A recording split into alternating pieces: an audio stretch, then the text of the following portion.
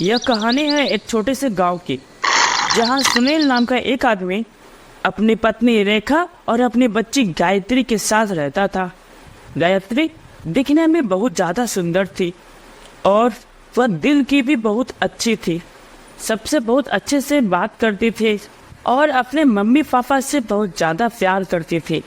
आसपास के गांव वाले गायत्री की बहुत तारीफ किया करते थे। एक दिन गायत्री अपने पापा से बोलती है, पापा मुझे कहीं बाहर लेके चलो ना, मुझे बाहर जाना है घूमने। अच्छा, मेरी प्यारी बेटी को घूमने जाना है? अच्छा बताओ बेटिया, कहाँ जाना है? पापा मुझे कहीं ठंडी जगह लेके चलो, वहाँ जाएंगे तो मजा आ जाएगा, क्योंकि यहाँ बहुत ज्यादा गर्मी पड़ रही है, वहाँ ठंडी रहेगी और मजे करेंगे। तभी उसकी माँ रेखा आ जाती है। अच्छा बिटिया, ठंडी जगह जाओगी तो बीमार पड़ जाओगे ना। माँ तो कहाँ जाएंगे हम घूमने? अरे बिटिया उदास मत हो, अब मेरे प्यारे बिटिया ने जिद की है तो कहीं न कहीं तो घूमने जाएंगे हैं। ए जी, ऐसा करते हैं ना, गायत्री की नानी के घर चलते हैं। वैसे भी इसके नानी के घर गए बहुत दिन हो गए। बिल्कुल सही कहा माँ, हम सब नानी के घर ही जाएंगे। फिर वो सभी गाड़ी से नानी घर के लिए निकल जाते हैं। तभी रास्ते में उसकी गाड़ी का एक्सीडेंट हो जाता है।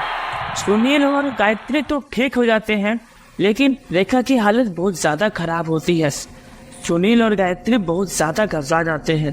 पापा मुझे तो चैन लग रहा है, माँ ठीक तो हो जाएगी ना पापा? हाँ बेटा हो जाएगी, तुम चिंता मत करो, तुम्हारी माँ ठीक हो जाएगी। तभी वहाँ पर डॉक्टर आते हैं।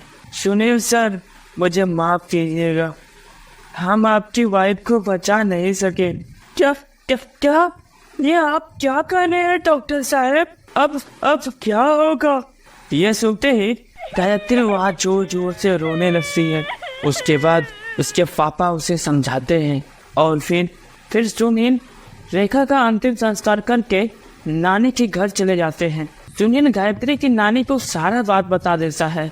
अब तो भगवान ही जाने क्या होगा, एक तो ये इतने छोटे बच्चे, अब इसको कौन संभालेगा?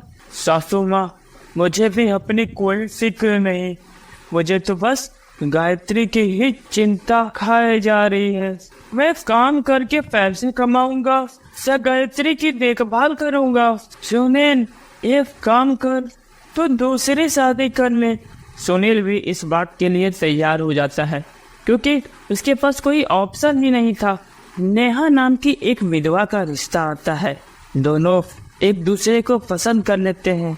नेहा का पहले से एक बच्चा होता है जिसका नाम मोनी होता है। दोनों शादी के लिए मान जाते हैं और नेहा सुनील के घर आ जाती है। हर रोज नेहा गायत्री को बिल्कुल अपनी बेटी की जैसा ही प्यार करती थी और मोनी इस चीज को देखकर बहुत जलने लगी।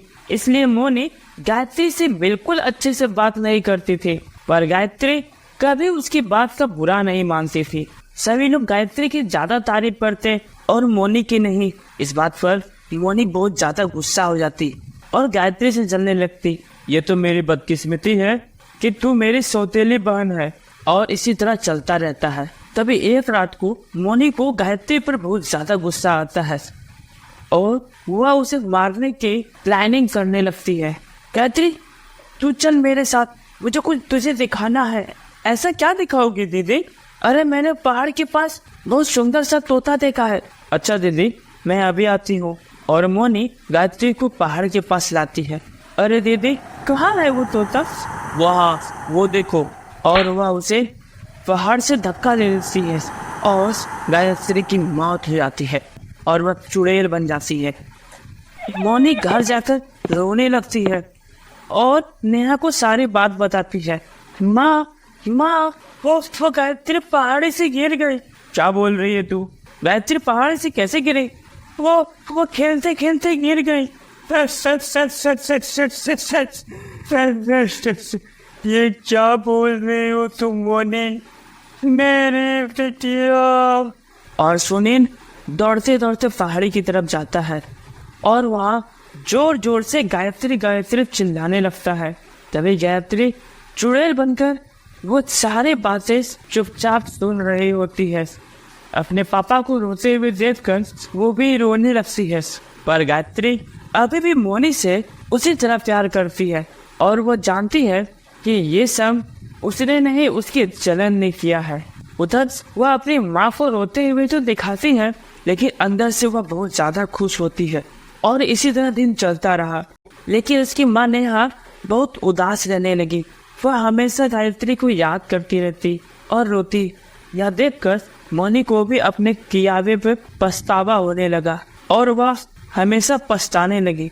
और वह जब भी सोती वह उस घड़ी को याद करती जब उसने गायत्री को धक्का दिया था। उसे रात में नींद नहीं आ रही थी, तो फिर सुबह होने पर वह पहाड़ी के पास जाती है और वहाँ चीख चीख कर रोने लगती है। मुझे माफ कर दो गायत्री, मैंने जलन में तुझे मार दिया। और वह खुद को मारने ही वाली थी, गायत्री चुड़ैल उसे बचा लेती है। मुझे क्यों बचाया गायत्री, मैंने तो तेरे साथ इतना बुरा किया। मोनिश तू अच्छी है, बस तूने अपने जलन के कारण मुझे धक्का दे दिया। बस मुझे यही चाहिए था कि तू बदल जाए। अब तो बदल गई तो मेरी आत्मा को शांति मिल जाएगी। गायत्री तूने बता दिया कि सौतेली बहन कितनी अच्छी होती है। और वो वहाँ से घर चली जाती है। गायत्री की आत्मा को भी शांति मिल जाती है। तो दोस्तों कहानी कैसी लगी कमेंट में जरूर बताना, और इसी तरह की मजेदार कहानियाँ देखना चाहती हो तो चैनल को सब्सक्राइब जरूर करना।